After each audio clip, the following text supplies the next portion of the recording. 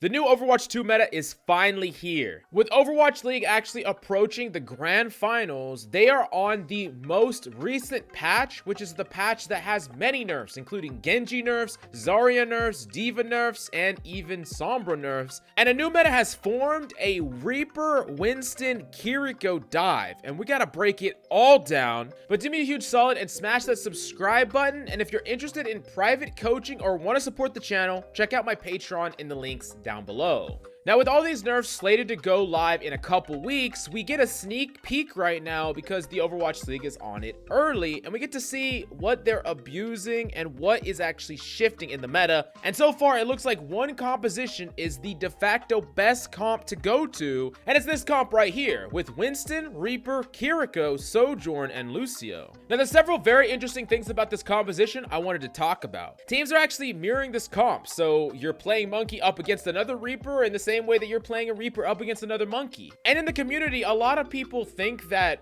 Winston is hard countered by Reaper, but that's actually not entirely the case because Winston also can enable a Reaper, and on top of that, there are other characters that can keep a Reaper in check. Bubble's very good against Reaper as well. But before we get too off track, let's talk about this dive composition and what it actually does. Now, when you think of a traditional dive composition, let's go all the way back to Overwatch 1. You think of a Genji, a Tracer, a Winston jumping in, and of course there was an extra tank, so a Diva's in there, and you have an Ana and a Lucio. That's just hypothetical here.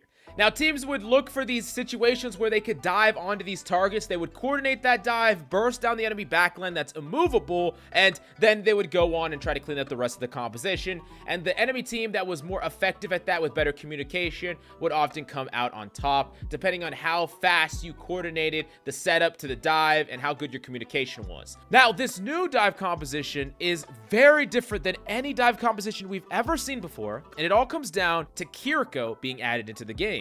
Unlike dive compositions with a Zen, or dive compositions with an Ana, or maybe even a BAP, or whatever the case may be, you have a character that not only can't be dove because she's mobile, but a character that can dive as well. It's like a joint type of character. Almost like a Lucio, but even more extreme than that. And that's why these two supports are being played, both very mobile characters that are very difficult to dive. Now, when looking at the composition from the top down, you might be asking, okay, what do you even do? Who are you even diving? Every single character in this comp has some form of mobility. And how this composition actually works is it's just an exchange of ability resources. You have Reaper playing corners, Monkey actually creating and holding down space. You have a Lucio potentially speeding in or speeding out his team, pressing that advantage or retreating, and of course you have Sojourn and Kiriko, which are two characters that are actually very, very powerful at baiting out cooldowns. Not only do they have great cooldowns themselves, with Sojourn being able to use her mini grab well, and Kiriko being able to cleanse her team if they're ever under threat, cleanse her Reaper. But these characters can also play a little bit adjacent in an off angle from their team, trying to get value, and the entire time they could be either trying to bait cooldowns from the enemy team, or Sojourn can be trying to get picks off in the mid fight. She can actually build up her charge off the enemy team, build up her charge off of Winston Bubble, try to get pickoffs, and she's not a character that could be dove. She could play this off angle. If the Monkey commits to her, if any character commits to her, she could just slide right away. And Kiriko the exact same way. Now, you might be thinking, okay, well, if that's the case, if freaking Lucio can boop, and Sojourn can slide, and Kiriko can teleport, and Reaper can fade, and Monkey can just jump away, how do you dive anything? Like, what the hell is the dive in this dive composition? Well, you're poking, you're playing these corners, you're attritioning, you're trying to look for pickoffs with the Sojourn, you're trying to bait cooldowns with the Sojourn and Kiriko, and as these cooldowns are being used, whatever it is, bubble, fade,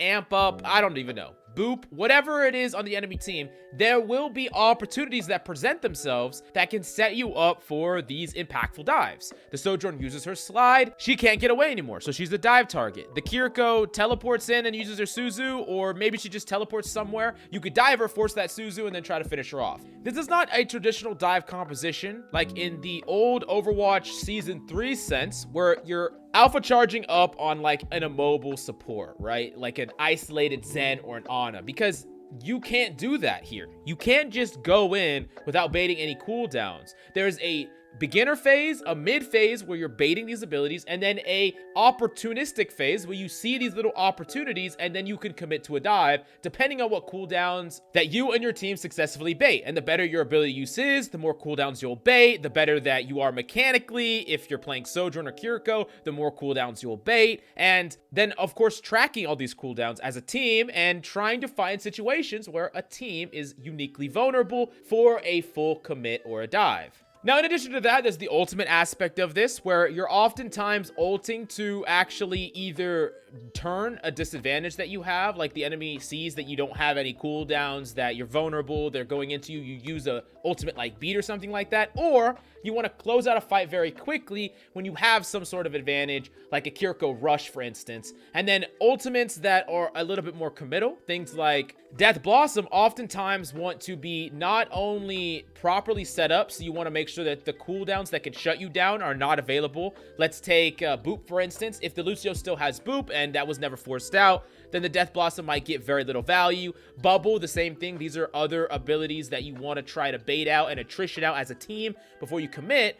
And then, of course, if you have things that could set you up, a flower from your Kiriko to set you up, a amp up from your Lucio, even an ultimate potentially. There's a lot of things that you can do in this composition that kind of work together, and it's a really interesting composition because it kind of reminds me of some of the attrition trade-based nature that happened in like a composition like Goats, but combined with a composition like Dive, and then also ways to find plays as different characters in the composition as well, mechanical outplays and efficiency with ability use. But it's important to understand that this composition might not hold tight because it's pretty new. Like the patch is very new, teams haven't had a ton of time to actually adjust, so we could see variations to this composition or even counter comps that come up later down the line when teams have more time to prepare, although I would imagine that there's going to be another patch between now and then after the finals. But I think the most interesting thing about this composition is it showcases what characters and strategies are really strong right now for you to try, and also